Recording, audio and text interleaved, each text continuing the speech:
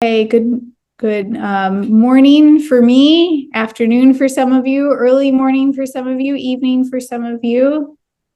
Nice to see you all. And we're going to go ahead. I'm sorry, I'm Rachel Scheinerman. This is My Jewish Learning's Daf Yomi Week Enlightening Review. And this week we are joined by Rabbi Elliot Goldberg. Greetings, everybody. We're going to jump right in. We're going to start with a Mishnah this week and look at some of the Gemara on that talks about the Mishnah. In part, we're going to focus on the content, which we always like to do. But I also want us to pay attention today to not just what the texts are saying and but also like what the Gemara is doing here. This is the sugya I picked from this week is a good exemplar of how the Gemara can try to take control of what the Mishnah is saying and the way in which it tries to work those dynamics out. I would say first, just one word of introduction about the week as a whole. This is sometimes I really like the weeks like we had this week, where there are lots of Mishnayot and then short sections of Gemara, and then you get a new Mishnah.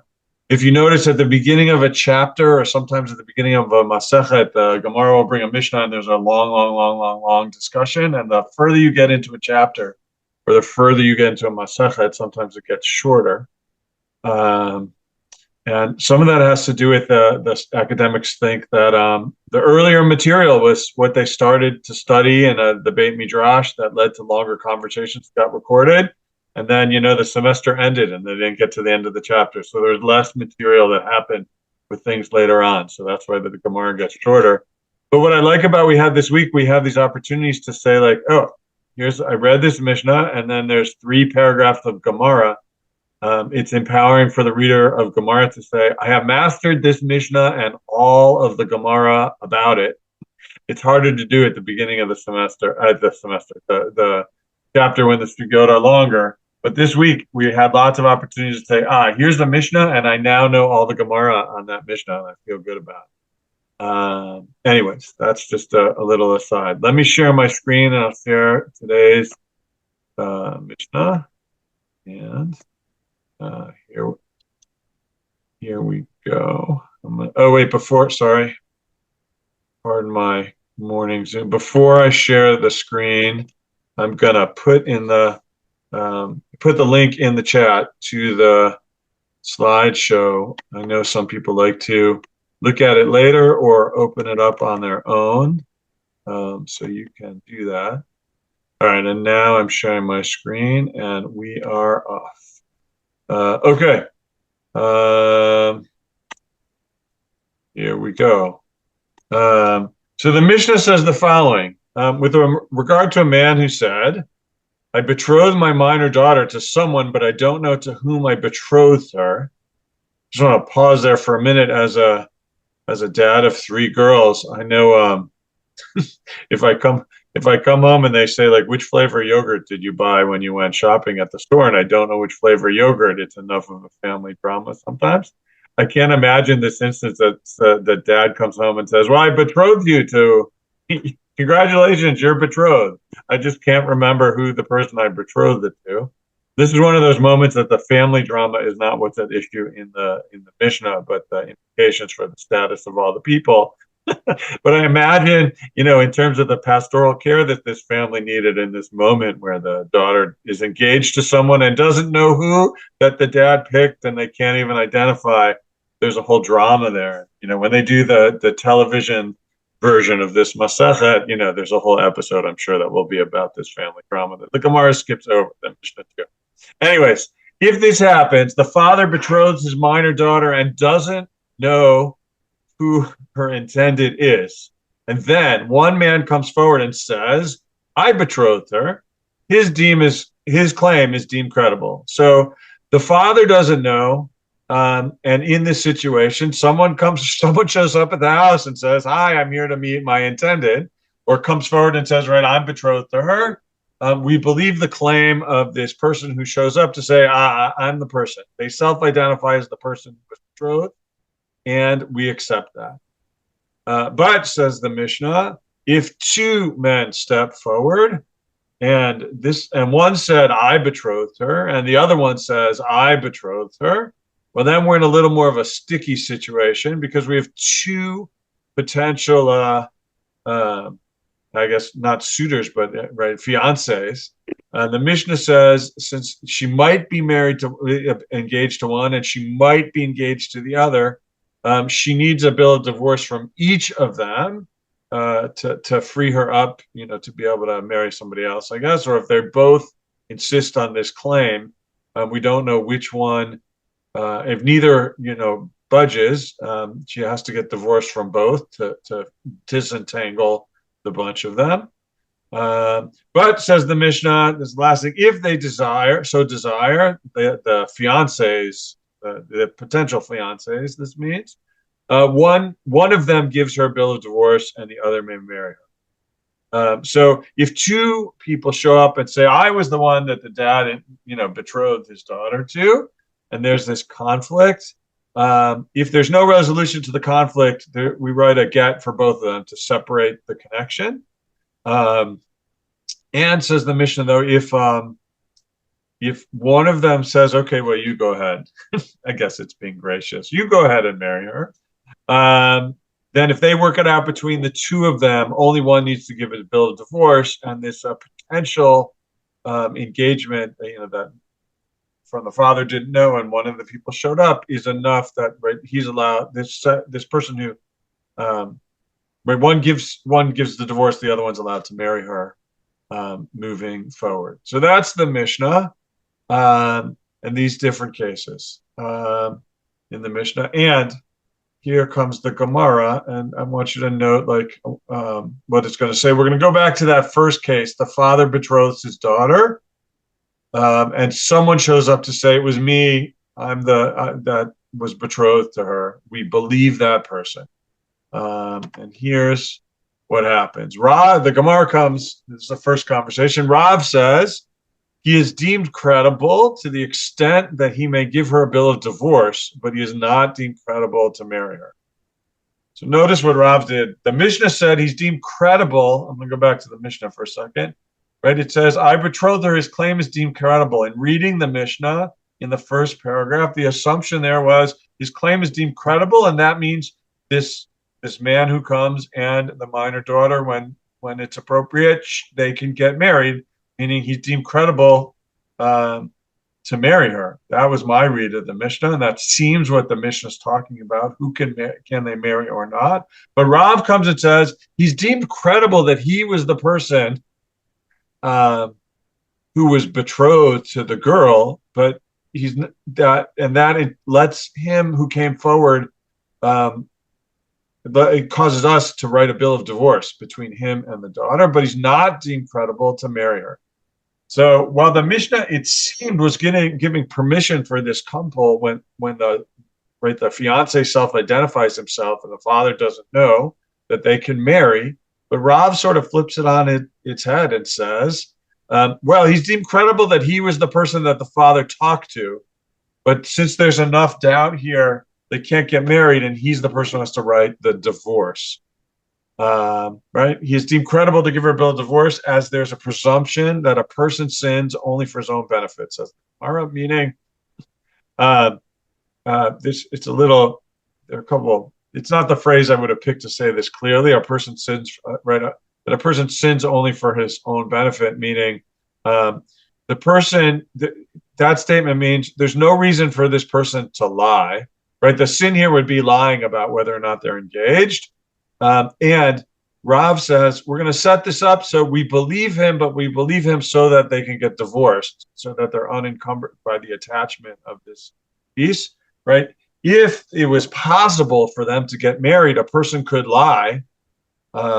And then the fiance who would show up wouldn't be a credible source for himself to say, I'm here, I'm the person who is betrothed. I heard, you're not sure who, it's me.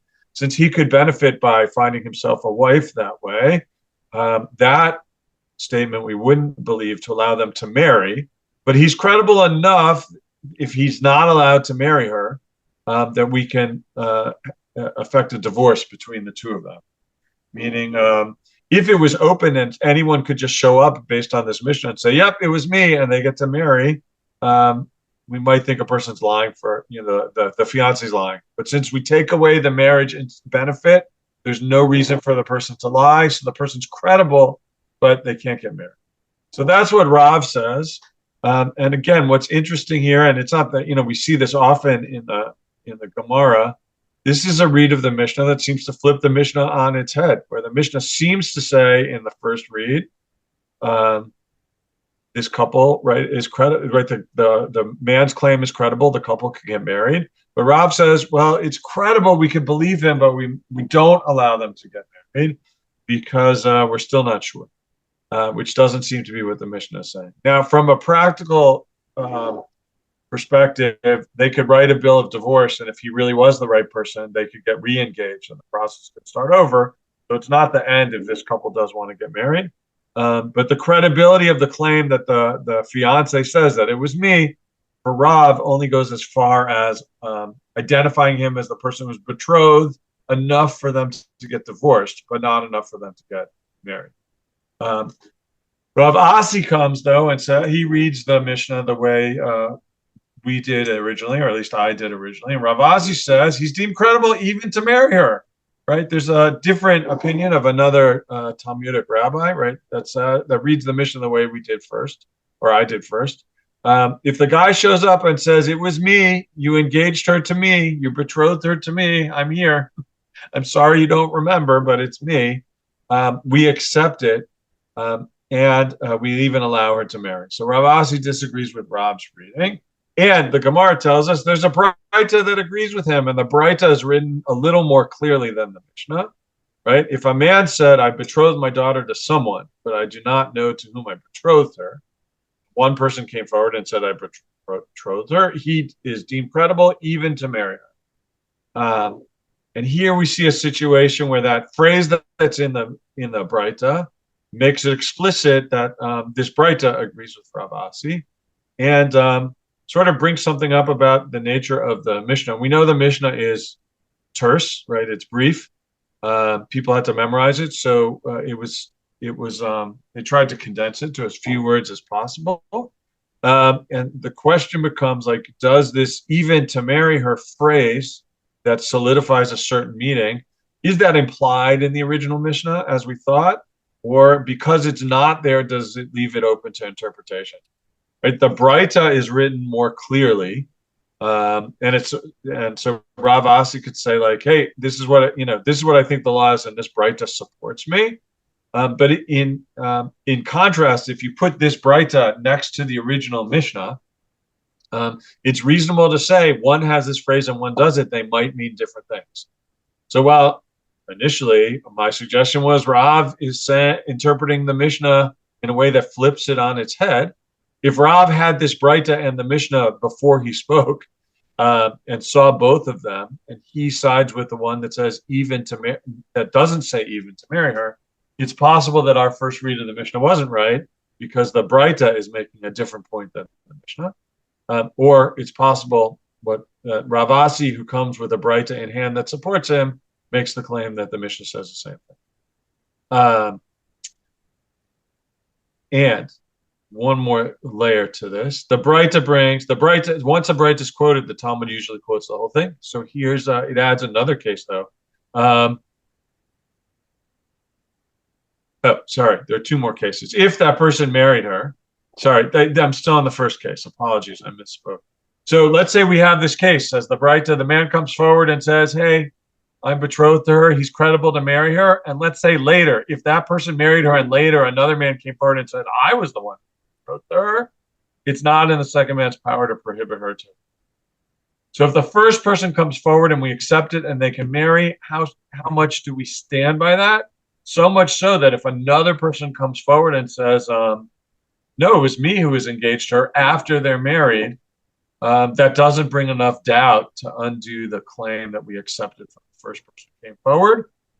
even though you could argue, and in other cases, the Gemara could argue that, well, the doubt of the second person that the second person creates might mean that the first marriage, the first engagement is in doubt, and they shouldn't be married because the second person married her out from under the first. But the Braita says if one person comes and says it was me, it's credible, they can marry, and if anyone else comes later, we ignore their testimony.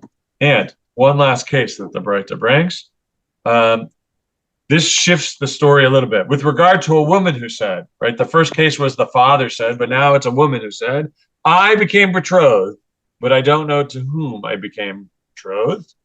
And one man came and said, I betrothed her. He is not deemed credible to marry her. So this Braita takes a different take when it's the woman who makes the statement that I got engaged, but I don't know who I got engaged to. Here, if a man comes forward and says it was me, he's not deemed credible. Why not? Asks the Gemara. Why not? Says the Braita. Sorry, because she's protecting him. It's also a little cryptic. What does that mean? She's protecting him.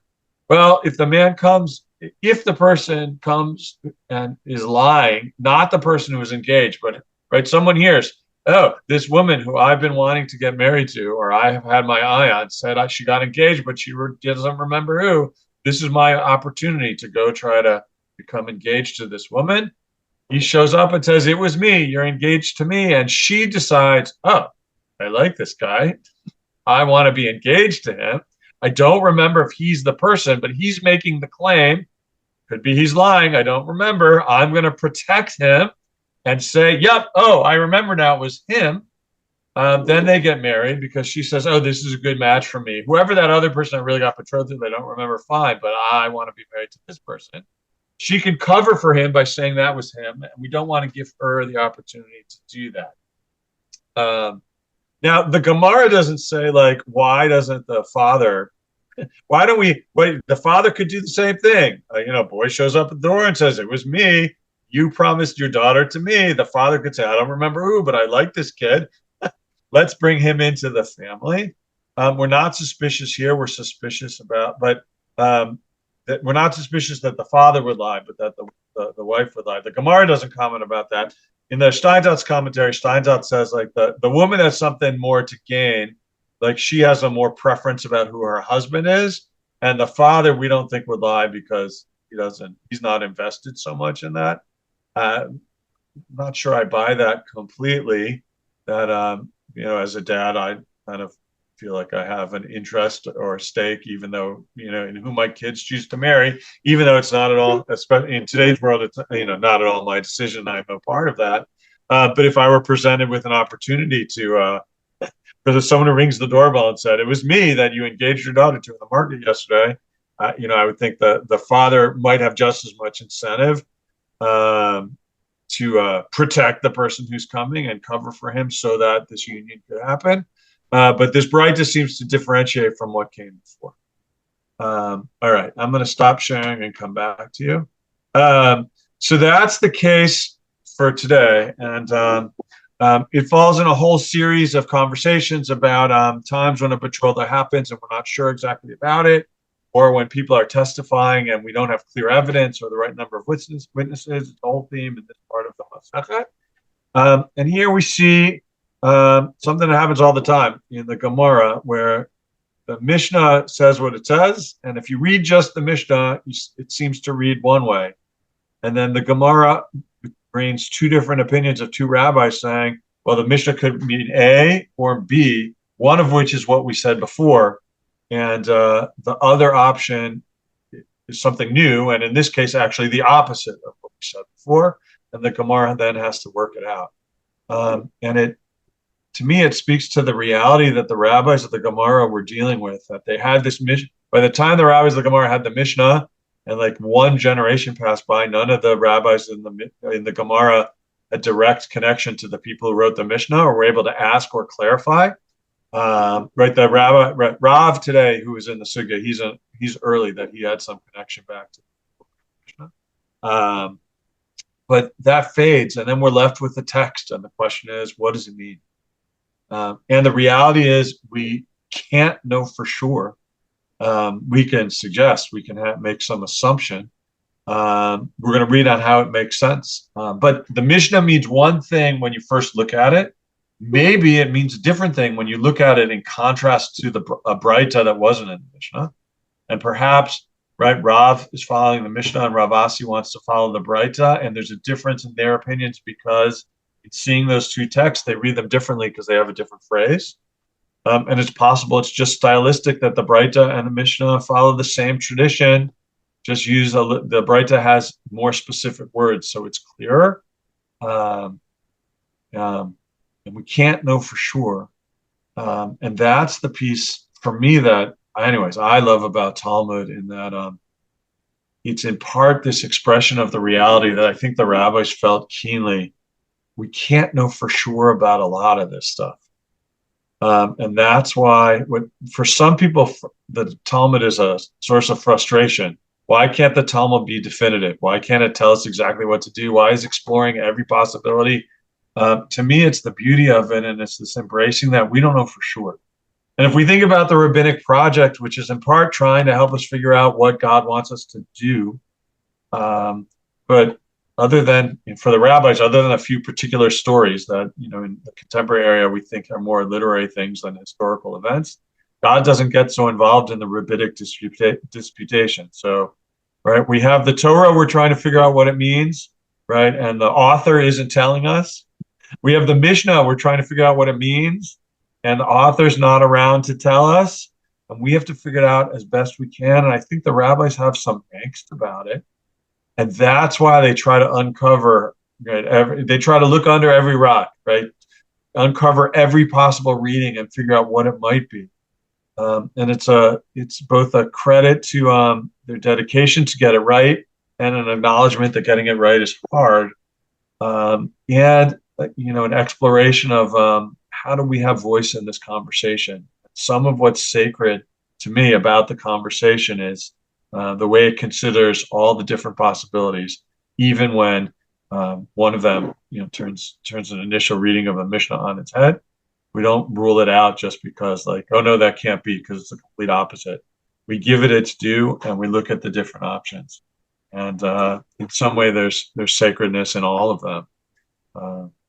When I find a sugya like this, it makes me say, I love what's happening in the Gemara, because they're really trying to take all the perspectives into their hearts and their minds. And I think in the Jewish world today, if we could all embrace that approach, it might be easier for us to all live together when we disagree about how to interpret our texts. Anyways, that's my thought for today. I see the text is racing forward because I have a little red note at the bottom that says 18 new messages, which I haven't had a chance to scroll through yet. Rachel, by any chance, were you able to flag some things in the chat as this was going? Well, a repeated theme in some of the comments, Rabbi Goldberg, thank you, is why do the rabbis discuss situations that seem like they would never happen, right? What are the chances that a man would betroth his daughter and forget who he betrothed her to? Even in a world where maybe they had a few more children than we do on average, that's not that much to keep track of. And presumably it's pretty important. And why are we discussing such a bizarre and unlikely scenario? Yeah, I love those questions. So, I mean, there's the human nature pieces that sometimes we're forgetful. I get in the question, right? If when your kid calls, it hasn't happened to me yet, but when somebody calls and says, like, Mom, Dad, I'm engaged, I don't think the next day I would forget who it is engaged to. So I get what you're saying. But it's possible that this is like reality, that, maybe this happened, right? We do have times, not in this case, we do have times when they say, once it happened in Mechoza that someone came and this happened, and the rabbis deal with rare cases because someone came to court. This one's not framed that way. And I get that doesn't really, that answers the question by saying, well, it could happen, or maybe it did. And, that's not my favorite answer to it. Sometimes I think like, the academic exercise of figuring out what the Mishnah means, that through cases, means that sometimes we're going to explore these different cases to push the point. And it's not a perfect analogy, but I think about word problems in the math textbook. Math textbooks are getting better at using things that are actually real life scenarios, but we really need to know if train A leaves Boston at 9 o'clock and train B leaves, Washington at 10:30, and here they're traveling at these miles an hour? Oh, I got an UG for word problem. Sorry, Emily. I'm bringing up bad memories for people by mentioning math. But the hypothetical things we use to test our mental muscle or explore a mathematical point or to show that we can apply it, that's not new, right? Taking scenarios instead of the hypotheticals here are potential scenarios that could happen, and let the rabbis explore the point. And I think, in a sense, in this feeling of like we can't know for sure, sometimes I think the rabbis are looking for what's the case that helps us boil this down to its essence. And sometimes it's the extreme case that in a legal setting helps us really understand what's going on here. Meaning, sure, is a dad likely to engage his daughter and then forget? Under normal circumstances, no. Would this really do we need a law about this case in particular? No, but maybe by exploring this, it lets us, as this case plays out, think about what's the motivation of the father, what's the motivation of the potential husband who shows up at the door saying it was me, and what's the motivation of the daughter if she's the person who can't remember? Who do we believe, and why, and what are the different situations? And by sorting that all out, it might give us a better understanding of the context of the case of all of the pieces. When I think about my time in a classroom as a teacher, sometimes there was nothing better than the kid who said, well, what if this happens? And what if this happens? I taught Talmud, so it sort of came up naturally because the rabbis were doing it, so the kids started to do it. I like that. But I see that as happening here in the Talmud. What if this happens? Like, we start with a more normal case, and then we move to something. What if this happens? What if that happens? What if this happens? And then they have to deal with it, and they sort it through, and it becomes the conversation. It's a way it reflects maybe the academic nature of the Beit Midrash that was about what if, as opposed to this happened. And the what ifs help us explore the legal principles or the motivations or the ideas behind it that help us understand more what's happening. So that's a little longer-winded answer than I meant to give, but I think that's what's going on here and why we're dealing with this, right? The Talmud isn't practical halakha, right? The term that we use, halakha l'maaseh, like practical halakha, like what do I need to know, is not what the Talmud is doing. What do I need to know to get engaged? It's much, you don't need this whole masachet. What do you need to know to get engaged Jewishly these days? Well, there's some brachot we say that we wait till the wedding ceremony to say it, but an exchange of a ring, that does it. That's really all you need to know. There's 100 pages of Gemara that we don't really need to know, but it does play out all these scenarios. And could we live without it? Sure, right? That's why the Rambam wrote the Mishnah Torah. He said, you don't need to bother with all this stuff. Let me summarize it for you, and here's what you need to know, said much more straightforward. And, if you're asking that question, maybe you want to read, we could, when we're done with the Daf Yomi cycle, maybe we'll do Mishnah Torah with the Rambam, another cycle. But if that's your question and that's what bugs you about the Torah, maybe there's, about the Talmud, maybe the Mishnah Torah is your book. Anyways. I didn't mean to use up all the time on just one question, but you said it was a bunch of questions. So maybe it's a good question because it really gets to the heart of what Talmud is about, which doesn't, of course, have to be just one thing. Yes. And yes, I think all of this points to something that makes Talmud very difficult, which is it's not a book for the lay person. It is a book for experts and to train legal minds in a certain way. And these exercises, these are in some way, and it's sometimes hard to tell. Is this a practical scenario? Because strange things can and do happen in life all the time. And preparing people for strange things, even if it isn't this strange thing or edge case, can help get used to handling edge cases, because that's what a rabbinic decisor, a legal mind, is going to be asked. They're not going to be asked about a garden variety betrothal that happens every day of the week. Right. The issue in the rabbis, listserv that I'm on, when people have questions for her colleagues about what do I do in situation X, it's not the normal case. It's like, someone came to me because their daughter got engaged and can't remember who she got engaged to. What do I do? That's when you need help. So you're right. And maybe it's not that. Maybe it's something else that this decider, this legal decisor, has never seen before. That this halachic expert has never seen before. That they couldn't anticipate. Strange things happen to people all the time, and out of the box things happen all the time. And I think, would say in parting, I know we're at the end of the time, but I do want to say, while this text was made for the rabbinic elite in the Beit Midrash, I do love that in our era, there's been this expansion of it, that, it's studied in Jewish day schools, it's studied in synagogues, it's studied, people are taken on its own. In its intent, like the intention of this to be a text for the elite or a form by the elite for themselves once upon a time, okay. But the fact that so many of us are able to study it today, I just think that, it's, I'm a power to the people kind of person. And I like that about the more knowledge we all have about our tradition in the era in which we live is better. And we live in an era where we have access. We have really good translations and commentaries. We have My Jewish Learning, who does its part to bridge the gap, help people access the text.